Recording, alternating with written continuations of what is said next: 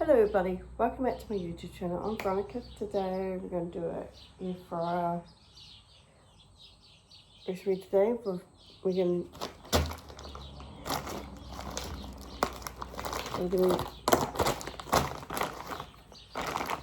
going to use mashed chicken tenders. You get these from Back and Save or Countdown Up. So I only got 2 pieces in here, so that's good. Oh,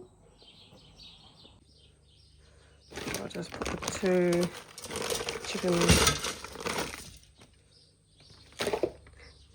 2 chicken tenders in here.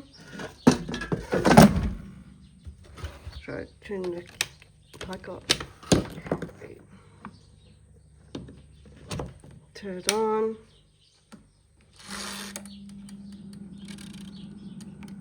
So I put it on for 25 minutes.